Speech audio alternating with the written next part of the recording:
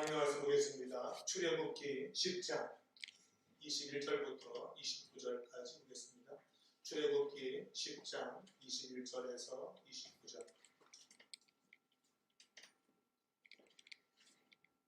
출애굽기 10장 21절에서 29절까지 한 절씩 우리 교독을 하겠습니다. 제가 21절을 읽겠습니다. 여호와께서 모세에게 이르시되 하늘을 향하여 내 손을 내밀어 애굽 땅 위에 흑암이 있게 하라.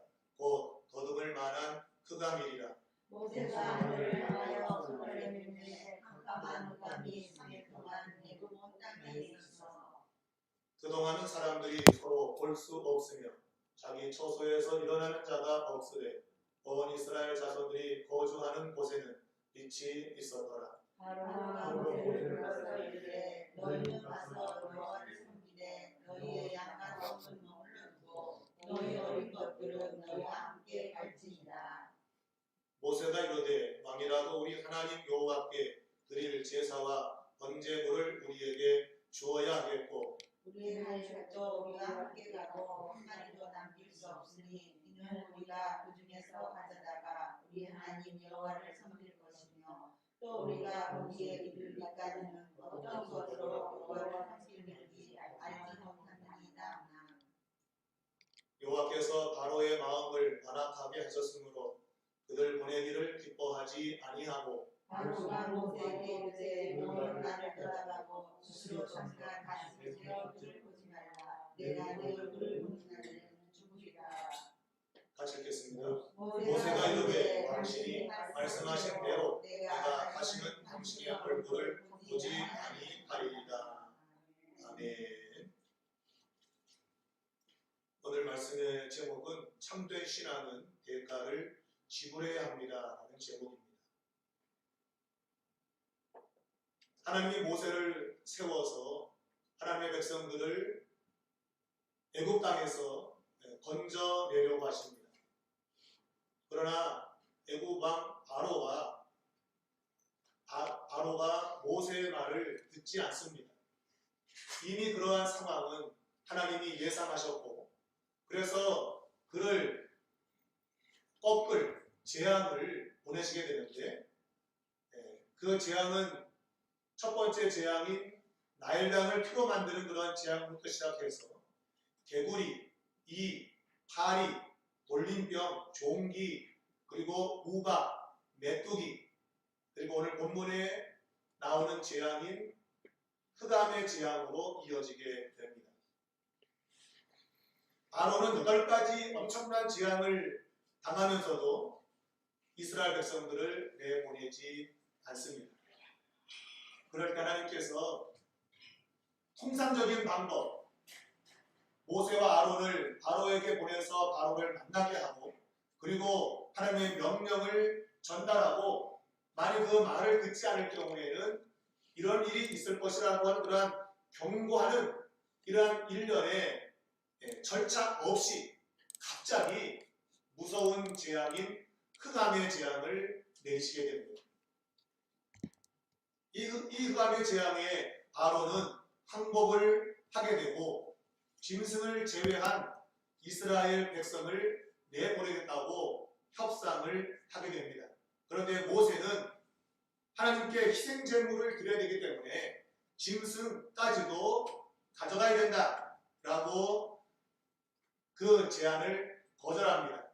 그래서 협상이 깨지게 되고 이때 바로가 아주 진노하지요. 진노하고 모세를 향해서 다시는 내 얼굴을 보지 마라. 나를 보는 날에는 죽는다라고 경고하게 됩니다. 이때 모세는 왕의 말대로 될 것이라고 말하면서 바로 앞에서 물러가게 됩니다. 이것이 지금 우리가 읽은 오늘 본문에 기록된 내용입니다. 우리는 이러한 일련의 과정 속에 나타나 있는 중요한 몇 가지를 깨닫게 됩니다. 첫 번째는 더 늦기 전에 기회 있을 때에 순종해야 한다는 것입니다. 더 늦기 전에. 이 말은 오늘 이 흑암 재앙에 이르렀을 때는 이미 때가 늦었다는 것입니다. 왜냐하면 바로는 7번째 재앙인 우박 재앙 때부터 하나님을 인식을 했습니다. 그러면서 말하기를 여호와는 의로우시고 나와 나의 백성은 악하다라고 말했습니다. 곧 자신이 하나님께 잘못했다고 하는 것을 인정한 것입니다. 그리고 8번째 재앙인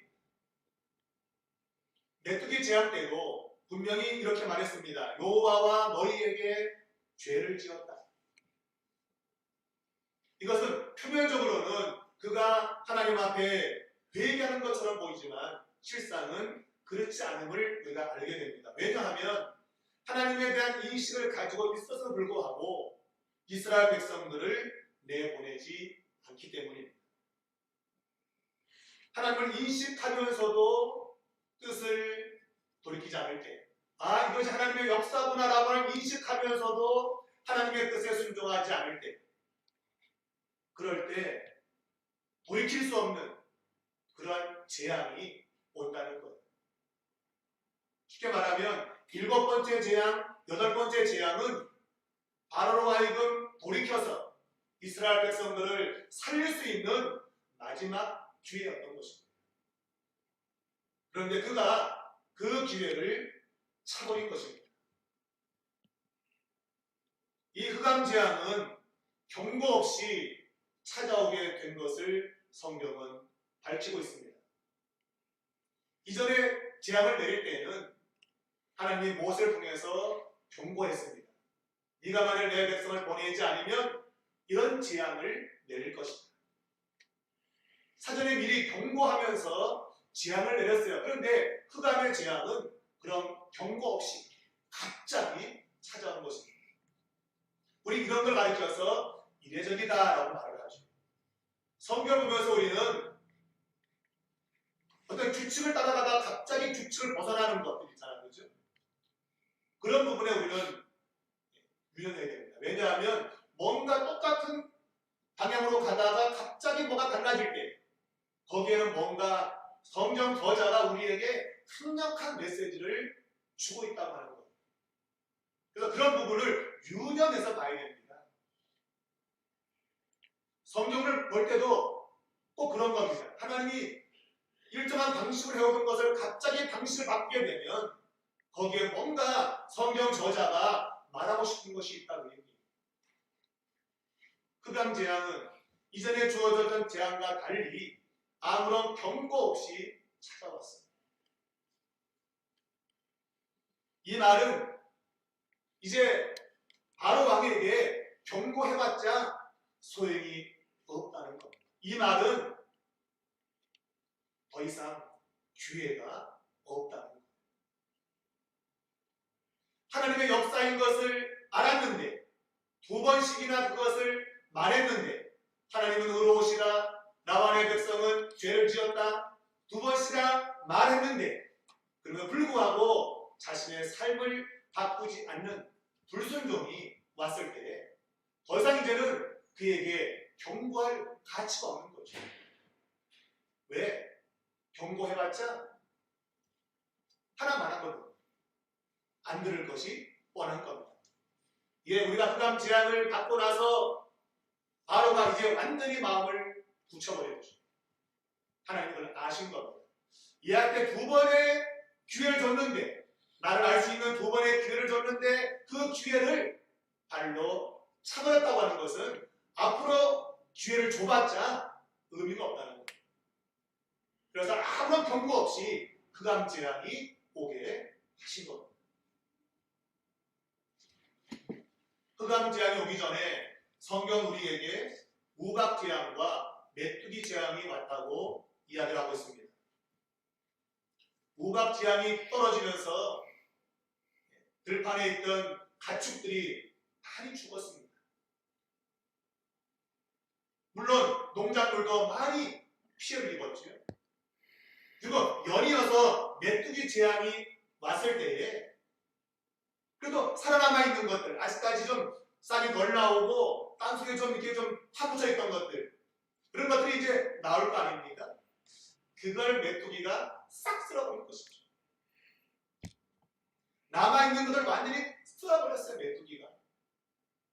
엄청난 재앙인 것입니다. 그 정도 되면 우리 같으면 그거 이제 돌이킬 것 같은데, 그죠? 야, 이 정도면 돌이킬 것 같은데 모세는 돌이키지 않습니다. 하나님을 아셨습니다. 그래서 아무런 경고 없이 흑암 재앙을 보게 하신 겁니다. 여러분, 흑암 재앙은 앞에 있던 우박 재앙과 메뚜기 재앙과 비교해보면 이거 별거 아니네. 잠시만 뭐 불 꺼진 거 좀 닦아놓은 거 뭐 에이 괜찮다. 그렇게 보지만 아닙니다. 여러분. 흑암 재앙은 강력하고도 무서운 재앙이에요. 그래서 바로가 항복한 겁니다. 흑암 중에 갔을 때 손을 들어버린 거예요. 항복. 여러분, 흑암 재앙은 우리가 볼 때는 사흘 동안 있게 되었고 뭐 좀 껌껌하다고 뭐 별로겠어? 그렇게 말하지만 성경 저자가 여러분 흑암 재앙을 소개할 때는 이것이 엄청난 재앙임을 우리에게 가르쳐주고 있는 거예요. 이 흑암 재앙은 우박 재앙과 메뚜기 재앙에서 살아남은 것들, 그것을 완전하게 멸절시키는 재앙입니다. 여러분, 이 세상의 생물들은 빛이 없으면 살 수가 없어요. 천지 사방이 캄캄해지면 어떤 것도 여러분 살 수 없습니다.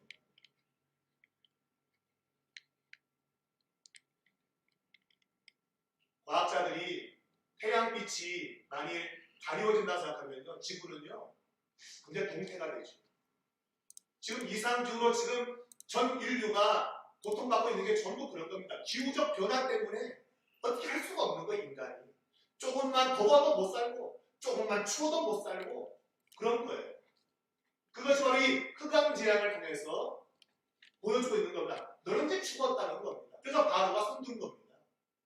이 흑암 재앙은 우박 재앙과 메뚜기 재앙에서 살아남은 것들을 완전히 파멸시키는 재앙입니다. 우리가 사흘 동안 뭐 어둠표서니 뭐 설마 그런 생각하지만 여러분, 이 사흘이라고 하는 것은 단순히 3일을 말하는 게 아니에요. 성경에서 사흘이라고 하는 것은 어떤 뭔가 치명적인 것들을 설명할 때 사흘이라는 용어를 쓰는 겁니다.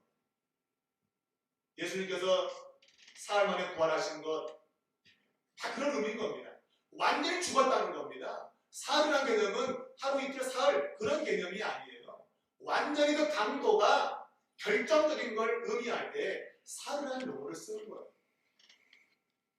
그래서 이스라엘 백성들이 광야에 나가서 사흘길을 나가서 하나님께 제사 드린다는 얘기는 정말 사흘길을 걸어가서 우리 예배드리자 그런 말이 아니에요. 완전히 애국을 떠난다는 의미예요. 그러므로 사흘 동안 흑암의 정이 왔다는 얘기는 이 세상이 완전히 멸망을 보여주고 있다는 얘기입니다. 그래서 바로가 손을 든 거예요. 이야, 너 까먹으면 죽겠구나. 손을 들어 항복한 것입니다. 그런데도 불구하고 바로는 마음을 바꾸지 않습니다. 말씀드렸죠, 그죠? 하나님에 대한 인식, 이미 2번씩이나 7번째 우박 재앙, 8번째 메뚜기 재앙을 겪으면서 하나님의 존재를 알았습니다. 그리고 내가 죄를 지었다고 고백했습니다. 그런데 그것은 말뿐이었다는 얘기죠. 하나님은 2번의 기회를 줬는데 그거를 발로 차버린 바로에게는 더 이상 기회가 없다고 하는 것을 흑암 재앙을 통해서 보여주고 있는 것입니다. 여러분, 우리가 잘 아는 것처럼 어떤 일이 벌어질 때 항상 앞서 오는 전조 현상들이 있잖아요. 그죠? 내가 몸이 아플 때도 보면 앞서서 묻은 전조 현상이 있어요. 우리가 소위 말하는 중풍병 같은 것들, 여러분. 중풍병이 오기 전에 어떤 신호가 사람 몸에. 그럼 그때 가지고 병원 가서 치료받으면 살아요. 그런데 에이 뭐 이거 별거 아니야 라고 무시하다가는요 쓰러지는 거죠. 이 전조 증상이나 전조 현상을 무시하면 안 돼요. 그래서 우리의 신앙생활도 마찬가지입니다. 우리 신앙생활도 이 전조 현상 또는 증상들을 잘 알아내야 돼요.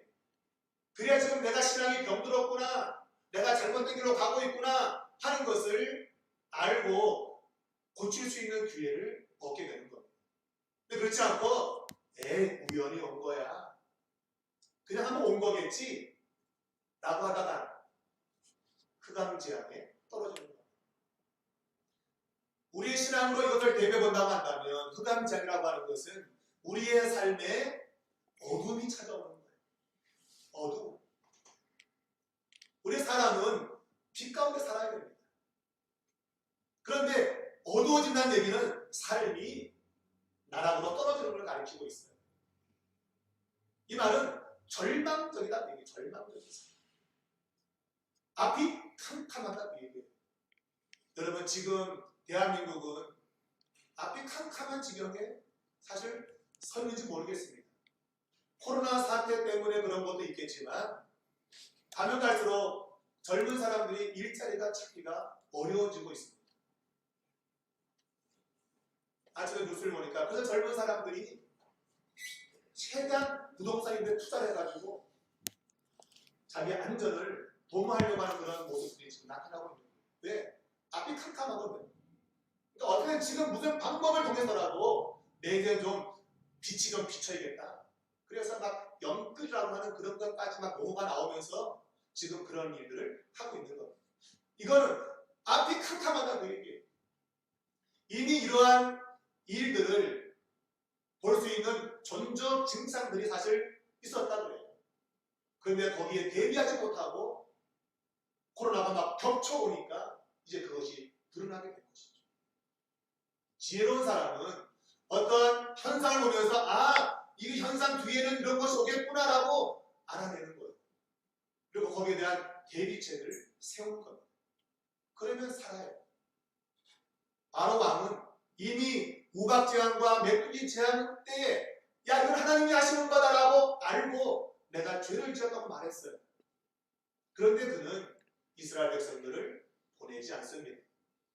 이것은 그에게 더 이상 이제는 기회가 주어지지 않음을 보여주고 있는 거예요. 여러분 더 늦기 전에 기회 있을 때에 하나님께 순종하는 삶으로 돌아와야만 되는 것입니다. 그렇지 않으면 우리의 삶에 짙은 어두움이 오게 될 것입니다. 말씀드렸지만 사흘 동안의 이러한 어두움, 이런 어두움은 그냥 어두움이 아니고 이것은요 초월적인 어두움입니다. 왜냐하면 이스라엘 땅에는 지금 고센 땅에는 빛이 있잖아요. 그런데 애굽 땅에는 캄캄한 겁니다. 이거는 물리적인 어둠이 아니에요. 이것은 초자연적인 어둠인 것입니다. 우리가 일식이나 월식 이거 좀 어두워지는 것 그런 건 아무것도 아니에요. 그건 물리적인 어둠이에요. 하나님이 초자연적인 어둠을 우리에게 내리면은요 인생은 끝입니다. 오늘 이 어두움은 초자연적인 어둠이에요. 우리가 하나님께서 우리에게 뭔가 요구하는 것들에 대해서 불순종하고 이 불순종이 길어지면 길어질수록 이제는 더 이상 우리에게 그런 기회가 없을 때가 온다는 사실을 여러분 오늘 말씀 가운데 깨달을 수 있기를 축원합니다. 애굽에 내려진 이러한 재앙은요 나일강이 피로 바뀌는 이러한 첫 번째 재앙부터 계속 둘째, 셋째, 넷째, 다섯째, 여섯째, 일곱째, 여덟째까지 오는 재앙들은요 전부 이 자연 피조 세계를 망가뜨리는 겁니다. 파괴시키는 그런 재앙입니다. 하나님은 이 세상을 창조했지 않습니까? 그런데 그 창조된 세계가 하나씩 하나씩 망가져 가고 있는 거예요. 창조의 역순으로 지금 가고 있는 겁니다. 망가진 상태로 가는 거예요. 그 망가진 최절정이 뭐냐? 흑암입니다. 왜냐하면 창세기 1장에 보게 되면 하나님이 처음 천지를 만들었을 때에 흑암이 깊은 위에 있다고 성경 말하고 있어요.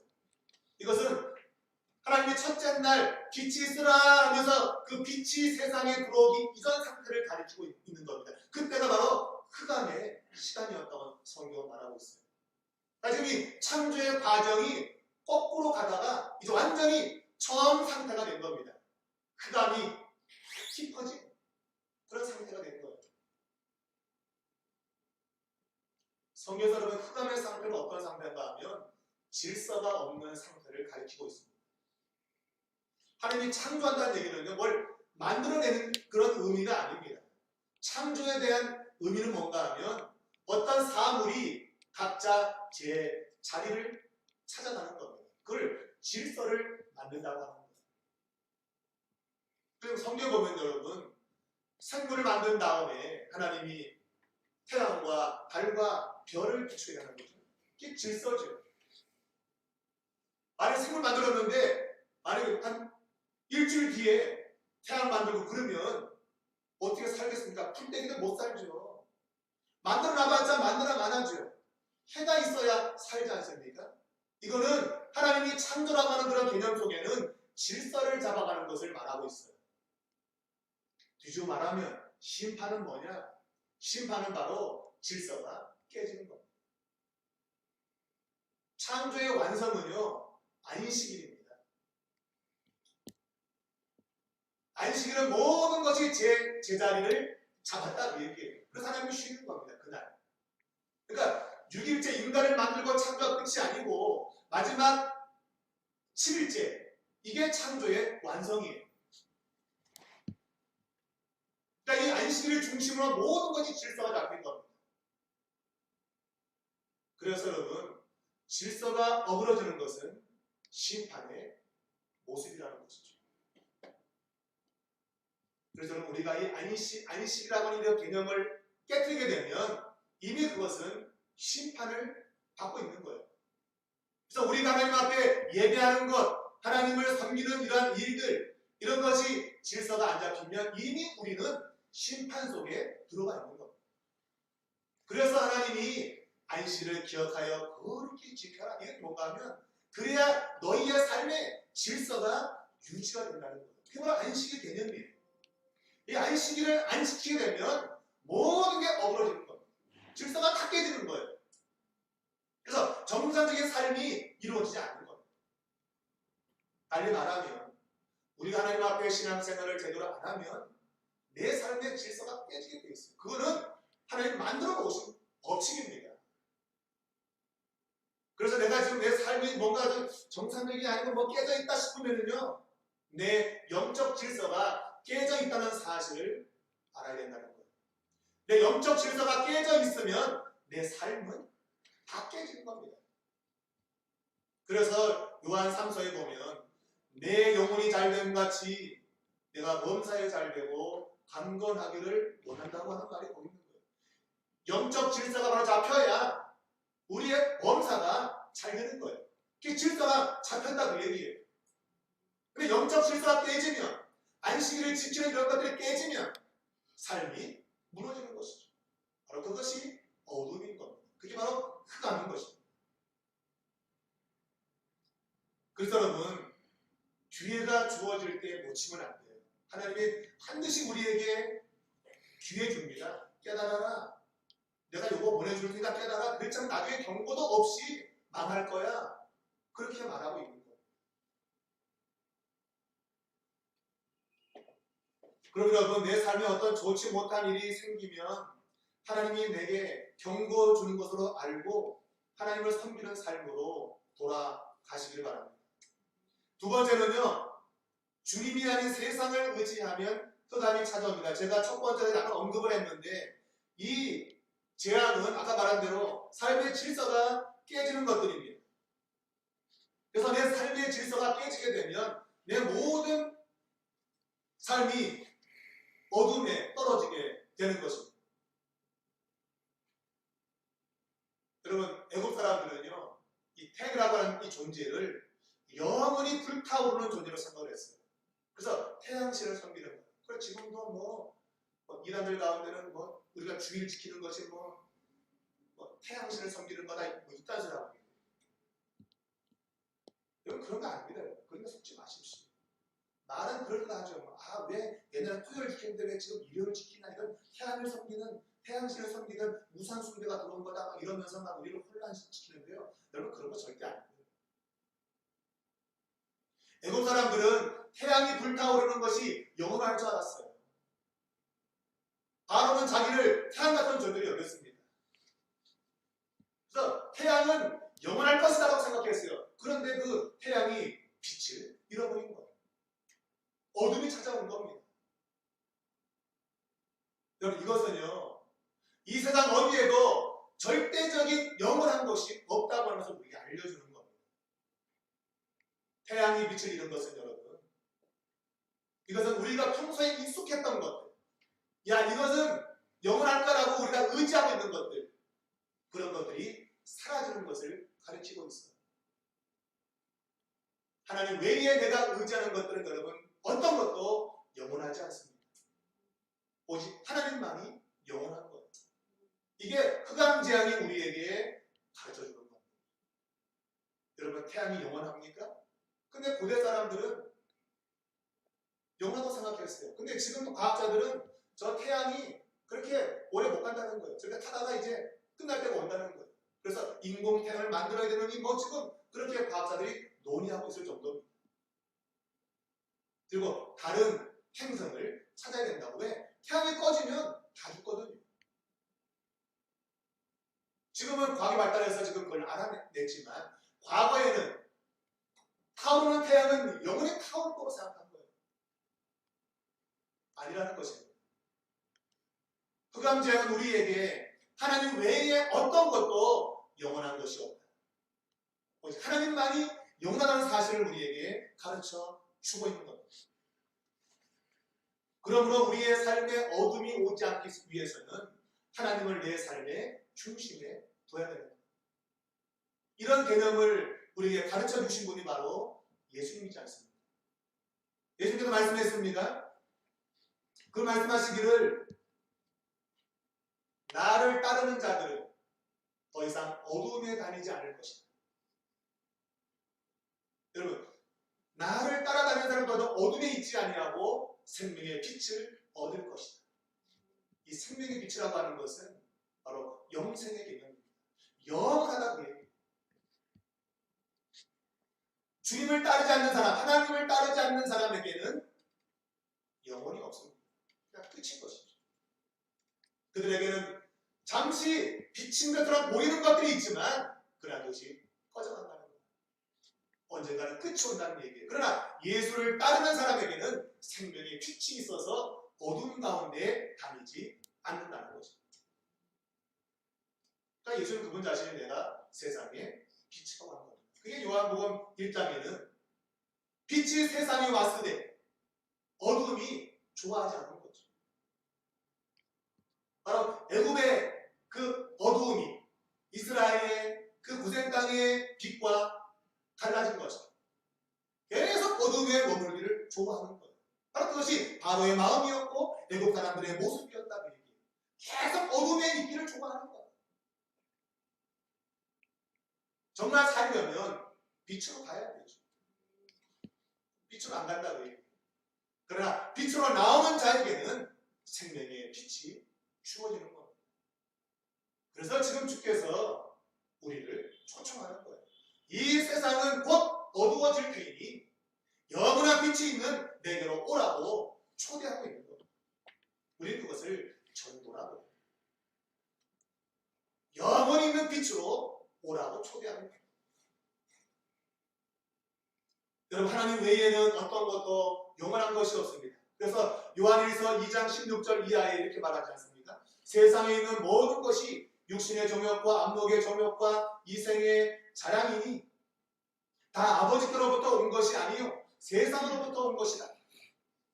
이 세상도 그 정욕도 다 지나가니 오직 하나님의 뜻을 행하는 자는 영원히 거하느니라. 내가 눈에 보이는 것들을 쫓아가는 그런 육신의 정욕과 세상의 자랑들은 다 지나간다는 거예요. 잠시 있다가 지나간다는 거예요. 그러나 하나님의 말씀에 들어오는 사람은 영원히 거하느니라. 지나가지 않는다. 영원히 머무는 사람. 여러분, 하나님 외에는 영원한 것이 없음을 믿으시고 주님께로 더 가까이 가시기를 주의 이름으로 축원합니다. 세 번째는요, 참된 신앙은 대가를 지불해야 한다는 것입니다. 제가 말씀의 제목을 잡은 것인데, 물론 앞에 첫째와 둘째와 다 연결되어 있는 내용입니다. 흑암의 재앙이 임했을 때에 바로 왕이 급해진 겁니다. 더 이상 갔다가는 이제 죽겠다는 것이죠. 그래서 마음이 급해졌어요. 그래서 모세에게 이야기합니다. 야, 짐승은 놔두고 어른과 애들 다 가라. 다 가라. 짐승은 놔두고 가라 그래. 짐승은 두고 가라는 거야. 이 짐승을 두고 가라는 1차적인 의미는 뭔가 하면 이스라엘 백성들이 광야에 가서 제사를 드린 다음에 다시 돌아오기를 바라는 것. 단순히 이것은 하나의 짐승, 그런 가축의 의미보다도 이스라엘 백성들이 살아가는 삶의 그러한 에너지를 말하고 있는 거예요. 그러니까 이 짐승이 여기 있으면 니네 광야 나갔다가 살 수 있겠니? 짐승이 있어야 살지. 돈 있어야 사니까 또 온다 그 얘기예요. 다시 돌아온다 그 얘기예요. 그런 얄팍한 사고를 바로 왕이 가지고 이야기하는 겁니다. 짐승은 두고 가라. 그게 1차적인 목적이에요. 다시 돌아와야겠지? 그 얘기입니다. 그러나 근본적인 이유는 뭔가 하면 모세가 말한 것에 담겨 있는 것입니다. 짐승도 가야 됩니다. 짐승도 가야 됩니다. 왜냐하면 이 짐승을 하나님께 제사 드리는 가장 핵심적인 요소로 본 거예요. 그게 이제 희생 제물입니다. 우리 하나님 앞에 희생 제물을 드려야 됩니다. 당신도 우리에게 이런 희생 제물을 드릴 걸 줘야 되고, 당연히 우리 거는 당연히 가져가야 된다. 그래서 하나님께 희생 제물을 드려야 된다고 하는 거예요. 그리고 희생 제물은 거기 도착해가지고 거기서 골라서 드려야 된다는 거예요. 그 전까지는 우리가 어떤 걸 드릴지 모르기 때문에 다 갖고 가야 된다는 거예요. 이 말은 나의 모든 것을 하나님께 드린다는 개념을 가지고 있는 거예요. 내가 쓰기 위해서 세상에 둘 수 있는 것이 있어서는 안 된다는 거예요. 나를 위해서 세상에 남겨두는 것이 있어서는 안 된다는 거예요. 나의 모든 걸 하나님께 다 드려야 됩니다. 그 얘기하고 있는 겁니다. 그 짐승까지 다 가야 된다는 거예요. 여러분, 우리가 하나님을 섬기는 일은요, 희생을 요구합니다.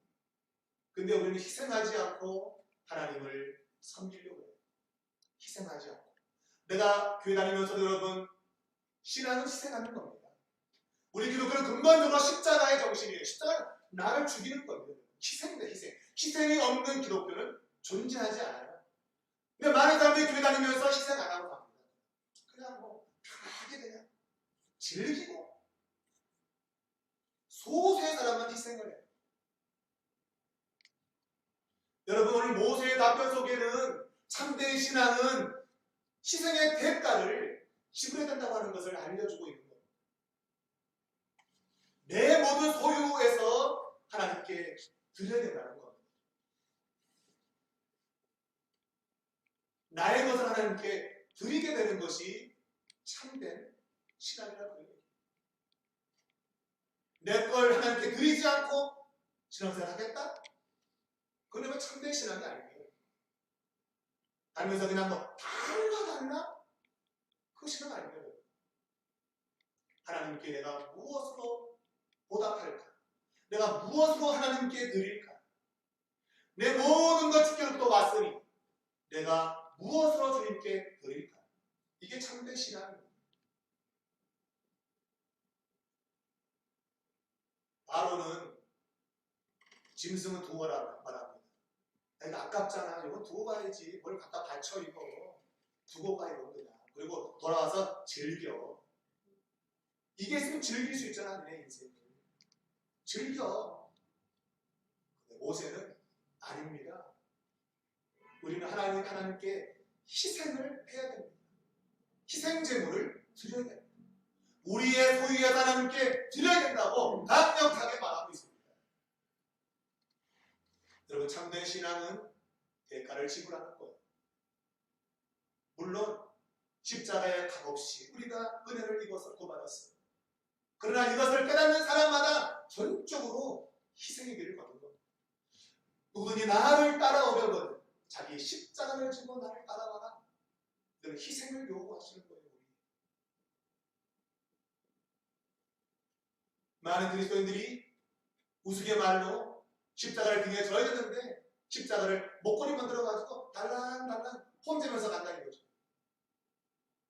그건 우리 기독교가 아닌 거예요. 기독교는 내가 십자가를 지고 가는 겁니다. 내가 희생의 길을 걷는 겁니다. 그것이 주님이 앞서가신 길입니다. 그 길 끝에 부활이 있고 영광이 있고 영생이 있기 때문에 그렇다고 그냥 막 금욕을 하고 그냥 자기 몸을 때리고 이런 고난의 길을 걸어라 그런 의미가 아니에요. 나의 모든 것을 하나님께 드리는 그런 삶이 되어야 된다는 것입니다. 여러분 로마서 1장 12장 1절 2절은 우리에게 이렇게 말하지 않습니까? 그러므로 형제들아 내가 하나님의 모든 자비하심으로 너희를 권하노니 너희 몸을 하나님이 기뻐하시는 거룩한 산 제물로 드려라. 이는 너희가 드릴 영적 예배니라. 영적 예배란 말은 하나님을 섬긴다는 말입니다. 하나님을 섬기는 진짜 예배가 무슨 예배냐? 너희의 몸을 거룩한 산 제물로 드리라는 거예요. 어떻게? 바로 2절에서 말하고 있습니다. 너희는 이 세대를 본받지 말고 오직 마음을 새롭게 함으로 변화를 받아 하나님의 선하시고 기뻐하시고 온전하신 뜻이 무엇인지 분별하도록 하라. 이 말은 하나님의 뜻에 전적으로 순종하라는 얘기입니다. 여러분 하나님 말씀에 순종하다 보면 내가 얼마나 희생을 많이 당하는지 모릅니다. 세상은 높아지려고 하잖아요. 근데 우리 자꾸 낮아지려고 말하잖아요.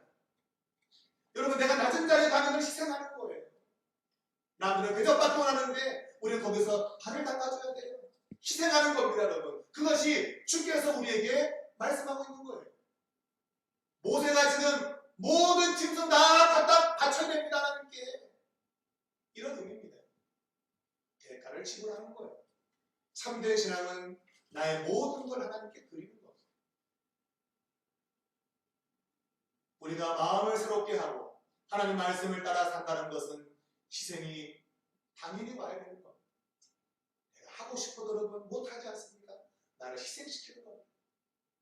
나는 놀러 간다 할지라도 나는 오늘 하나님 앞에 예배드려야 한다. 희생하는 것이죠. 조금만 일만 되면 그냥 예배를 벗어나려고 하는 그런 사람들이 많아지면 점점 많아지는 이런 때에 그래, 나는 하나님 앞에 예배드리고 부활의 영광에 동참하고자 합니다. 그러한 자세가 우리에게 있어야 한다는 것입니다. 그래서 사도 바울은 어쩌든지 나는 그래서 부활에 동참하고자 한다. 그럼 내가 세상에서 고난을 당하지. 그러나 십자가를 지고 주님을 따라가게 되면 부활의 영광에 참여한다. 오늘 그리스도인들이 자기를 부인하고 자기를 희생하는 삶을 살지 않으니까 세상이 엉망이 아닙니까? 여러분 세상 탓이 아닙니다. 우리가 우리의 모든 것들을 하나님께 드리는 헌신과 희생을 하지 않기 때문에 세상은 이렇게 어두워지고 있는 것입니다. 무엇 때문에가 아닙니다. 내가 오늘 마음을 새롭게 하고 변화를 받지 못하기 때문에 세상은 어두워지고 있는 겁니다. 여러분 다시 한번 우리의 삶을 조정합시다. 주님 말씀한 대로 우리의 몸을 거룩히 구별하여 하나님께 산제물로 드립시다. 그럴 때 주께서 우리들의 희생을 통해서 이 세상에 빛을 비추어 주시게 될 것입니다. 마지막 네 번째로는요, 부가적인 말씀을 볼 수 있겠는데 절망적인 상황일 때 그때 하나님이 일하신다는 것. 흑암 재앙으로 인해서 모세와 바로의 협상이 결렬됐습니다. 완전히 끝이 났습니다. 다시는 이제 협상이 없습니다. 끝이 났습니다. 완전 쪽입니다. 더 이상 이제 무슨 칸을 꺼내가지고 이렇게 합시다 저렇게 합시다 없어요. 이제. 여러분 9번째 재앙까지 왔을 때 실제로 이스라엘 백성들이 달라진 것이 없어요. 자그마치 9번째 재앙 다음에 재앙까지 쏟아부었는데도 불구하고 바로는 끝도 나지 않습니다. 하나님이 이스라엘 백성들을 자유케 해주겠다고 그렇게 호언장담했는데 달라진 것이 없어요. 흑암의 재앙을 보냈어도 달라진 것이 없어요. 여러분 이스라엘 백성들 땅에 빛이 있었지만 그러나 그들에게는 여러분 절망의 상황입니다. 바로가 꺾어져야 자신들이 자유가 될 텐데 빛만 있으면 뭐 하겠습니까? 빛만 비추면 뭐 하겠습니까? 자유가 없는 거예요. 결국 자유를 얻어야 되는데 바로가 이제는 협상을 완전히 깨버렸어요. 더 이상 협상은 없다. 모세의 모든 시도가 완전히 실패로 끝난 것처럼 보입니다. 하나님의 인도하에 모세와 바로가 협상을 했는데 이제 그 협상이 완전히 끝이 나버린 거예요. 깨져버린 겁니다. 그리고 흑암의 재앙에서는 이전과 달리 협상을 진행하는 도중에 바로의 마음이 완악해졌다고 말하고 있어요. 다른 경우에는요, 모세가 하나님 앞에 막 기도가 나고 그 재앙이 물러가면 그때서야 바로가 마음을 깜빡하게 했는데 협상 도중에 그냥 마음이 깜빡해져 버렸습니다. 다르죠. 여러분 완전히 이제는 이스라엘 편에 볼 때는 희망이 없다고 해요. 저는 협상 중에 완전히 마음을 그냥 딱 굳혀버린 겁니다. 여러분 이 상황은 인간적인 어떤 수단을 써서 지금 될 수 없는 그러한 절망적인 상황인 것을 우리에게 알려주고 있는 겁니다. 절망적입니다. 이스라엘 백성들은 이런 재앙을 내리면 바로가 마음이 정말 무너져가지고 우리들을 보내주겠지 했는데 맹걸 이제는 협상 자리마저 깨버린 거예요. 더 이상 이제 인간적인 수단과 방법은 통하지 않음을 알려주고 있는 것. 이스라엘은 자유와 가까워지긴커녕 더 멀어진 것처럼 보입니다. 하나님이 그분의 존재를 증명해 보였지만 바로에게는 아무 소용없는 것 같았습니다. 그리고 바로 왕이 모세의 생명을 위협했습니다. 다시 나를 찾아와가지고 얼굴을 보이는 날에는 너 죽을 줄 알아. 여러분 굉장히 위험 상황이에요. 이건 절망 중에 절망인 것입니다. 그전까지는 모세는 죽는단 말 안 했습니다. 근데 이제는 너 한 번만 얼굴 꼬라지 보이면 죽을 줄 알아. 여러분 굉장히 절망의 상황이에요. 우리가 생각하면 야 이렇게 9번째 재앙까지 왔는데 그러면 무너져야지. 왜 안 무너져? 모든 것이 실패 같아 보이는 겁니다. 여러분 하나님 하는 방식이 바로 이런 방식입니다. 인간적 도모와 인간적인 모든 행위들이 안 통할 때, 절망적일 때 그때 비로소 하나님이 역사하신다고 보여줍니다. 이건 성경 전체에서 우리에게 보여주는 겁니다. 인간이 어떤 방법으로도 어둠에서 벗어날 수 없을 때 오직 하나님만이 그 어둠에서 벗어나게 해주신다는 겁니다. 모세가 그것을 알았던 겁니다. 여기 여러분 이게 참 재밌는 거예요. 모세는 그 사실을 알았어요. 이게 끝이 아니야. 우리 절망이 아니야. 어디서 알 수 있습니까? 우리가 본문에서 눈여겨볼 대목이 바로 이것입니다. 바로는 지금 화가 났어요. 자기의 제안을 거절하니까 화가 난 겁니다. 적어도 내가 좀 진짜 물렀으면 너도 좀 물렀어야지. 말을 안 들으니까 화가 난 거예요. 다시 협상이 없다. 막 승질 부렸습니다. 너 한 번만 얼굴 보면 죽을 줄 알아? 화를 냈습니다. 그런데 거기에 반해서 모세는요, 친절하게 왕의 말대로 될 겁니다. 그리고 그 자리에 물러갑니다. 여러분, 지금 상황 굉장히 절망적인 상황이에요. 근데 모세는요, 아주 친절하게 왕이 말한 대로 될 겁니다. 더 이상 내 얼굴 볼 일이 없을 겁니다. 네, 당신 앞에서 우리는 떠날 겁니다. 그렇게 말하고 있는 거예요. 당장 내가 사라져! 그러니까 그 말대로 될 겁니다. 이 이야기는 하나님이 이스라엘 백성들을 바로의 얼굴에서 떠나게 하는 것을 모세가 알았다는 거예요. 지금 모세가 처한 상황은 가장 절망적인 상황입니다. 자기의 목숨까지 지금 막 위협하는 그런 상황입니다. 그런데 모세는 친절하게 왕의 말대로 될 겁니다. 그리고 아마 제가 볼 때는 웃으면서 그 자리를 나왔습니다. 안녕히 계십시오. 여러분, 진짜 강한 사람은 이런 사람입니다. 같이 막 승질 부리면요, 그거는 하수하는 거예요. 하수. 고수는요, 그런 위험 상황에 하나님이 그러신 거예요. 시편 2편에 보면 하늘과 하나님의 비웃음이요, 군왕들이 소동을 피우면서 하나님이 어딨냐 그러니까 하나님 위에서 비웃잖아요. 원래 모세가 바로 그런 모습을 보입니다. 바로는 막 화딱지가 죽겠는데 모세는 왕의 말대로 될 겁니다. 그리고 물러나고. 여러분, 어떤 위기 상황에 여러분 마음을 여러분 붙잡으십시오. 하나님이 나와 함께 하십니다. 그분이 하신 약속은 반드시 이루십니다. 인간은 여러분 못합니다. 그러나 하나님은 하실 수 있는 거예요. 그분이 약속한 것은 그분이 반드시 이루신다는 거예요. 이게 성경의 진리입니다. 하나님 하신 말씀은 반드시 이루신다. 내가 이스라엘 백성들을 건져낸다고 말했으면 반드시 건져낸다고 하는 거예요. 예수님께서는 말씀했습니다. 하나님이 내게 보내준 사람 내가 무슨 수를 내가 써달라고 내가 아버지 앞에 데려갈 것이다. 여기에 우리의 소망이 있다고 얘기하거든요.